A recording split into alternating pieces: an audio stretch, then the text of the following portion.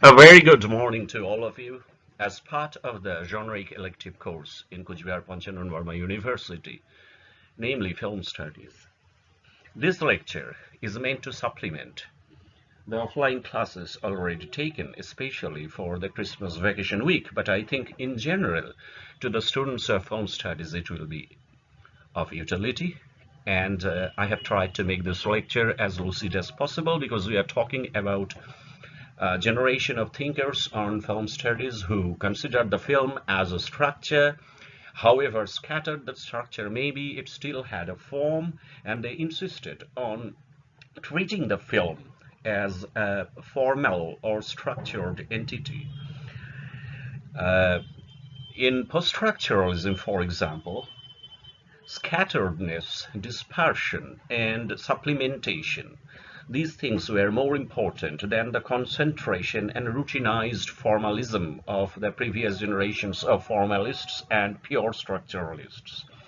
So they insisted that the image, the visual image, which is the minimum unit or cell of a film, has a kind of a polysemy.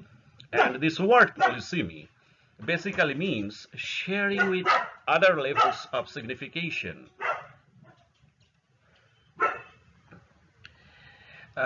For example, you have this the scene of a beach taken as a shot, and you have the waves coming, and you also have people playing and swimming. So there are so many signifiers scattered on the surface of the shot taken by the camera. And on one hand, the wave is approaching. On the other hand, the human beings are steadily placed on the sand, and that can mean danger. That can also signify adventure. That can also signify amusement. So any optical image, just like a signifier, has a number of possibilities. But in case of a visual image, because of the condensation of so many signifiers compacted together into a single image, the singularity is per se not there, because the image as a sign would definitely share with other levels of signification.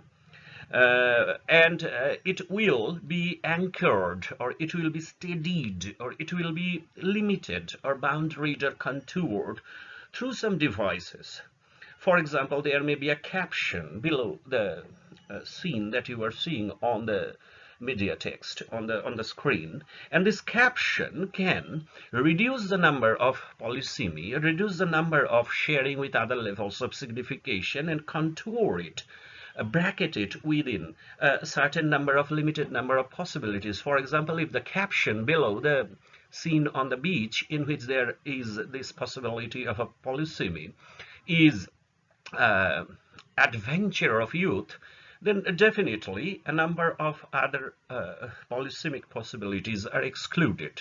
So this is called anchorage, and film on one hand releases the image as a polysemy, as something which shares with other levels of signification beyond its own claim, and a number of external and sometimes false synonymization with other significations.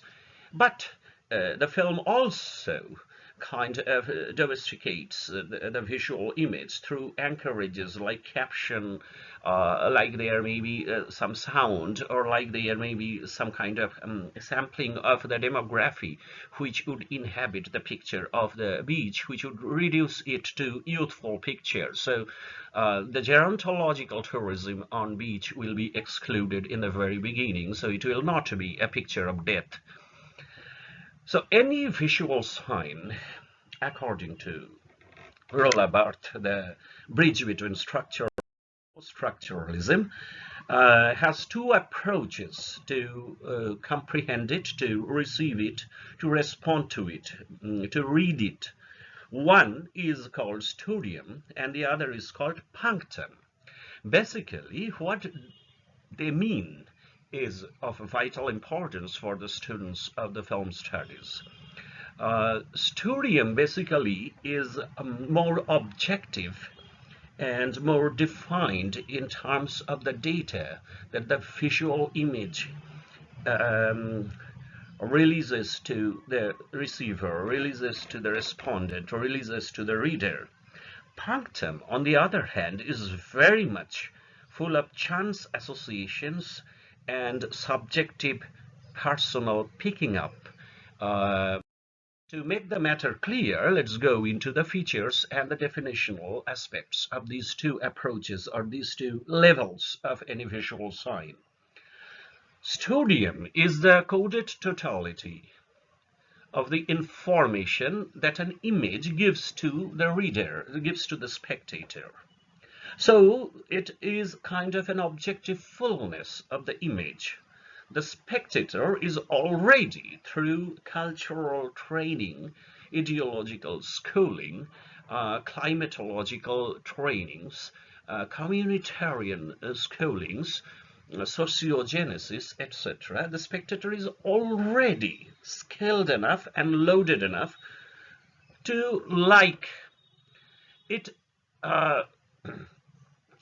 Chooses to see most often what the photographer or the visual artist intended to show, and therefore the studium offers the spectator a kind of a legible text, a kind of a readable text, where the intention of the visual textualizer, the director or the cameraman or the photographer, for example, in case of optic text like film, the subjective elements are reduced and the fullness that the image offers as objective data are taken by the receiver or the spectator. The studium indicates the historical data encoded in the visual image, the social and cultural meanings which can be extracted from the totality of objective data given in the visual image. For example, on the right-hand side on the screen, you can see a photograph taken by Wessing in 1979, portraying street during the war times, during the uncertain times in Nicaragua, and you have three military men who are patrolling the street, and two convent nuns are crossing the section of the street, but right behind the soldiers. Now, all you see in this picture, all you see in this visual text is the sum totality of the things that are there on the surface of the photograph. You see military men, so they stand for war, and you see two convent nuns who you are culturally schooled to treat as symbols of religion. And therefore, by a quick association, you can see it as a visual utterance of the opposition between violence and spirituality. Now, this is precisely what a studium is meant to instigate in the spectator. A visual image on the screen, an image which is optic, an ocular text, so to say, and it would, of course, give you a number of things on the surface of the text. And by seeing them, which means by reading them, in case of an optic text, seeing and reading are closely linked, you would be picking up all the data and you would reach at a meaning, at a signification that is anchored within the traditional symbols that you were already schooled, already skilled to appreciate.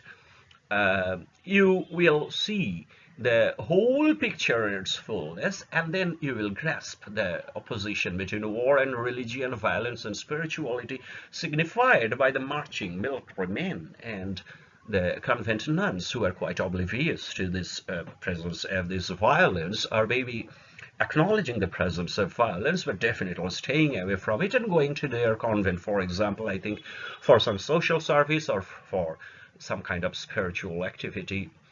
secluded from the war-torn street. They are crossing the street to the other direction, and military men are definitely marching towards and looking towards the other direction.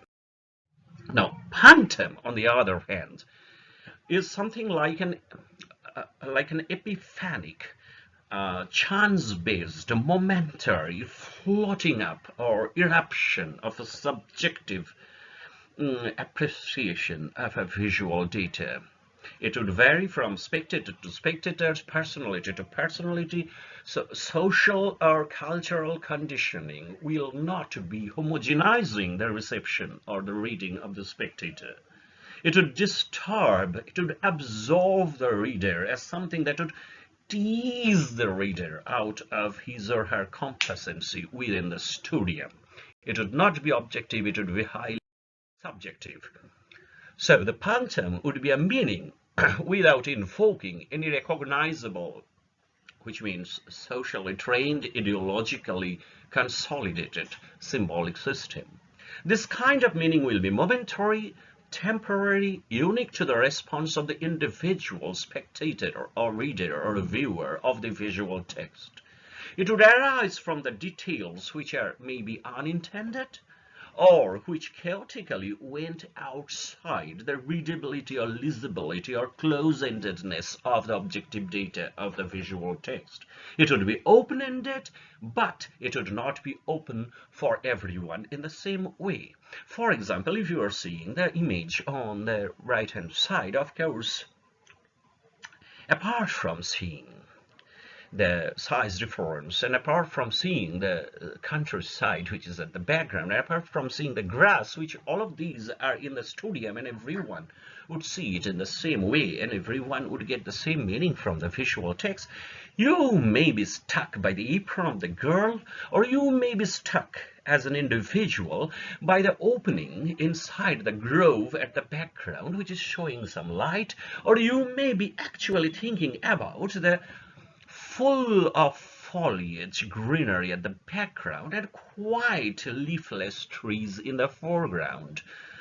What you will pick from this visual image as your personal, chance-based, unique, momentary, epiphanic obsession, disturbance, or absorbance into the picture depends on you and not on what is coded on the surface data of the studium of the totality of the visual detail. So you will pick up your own personal obsessive element in that picture.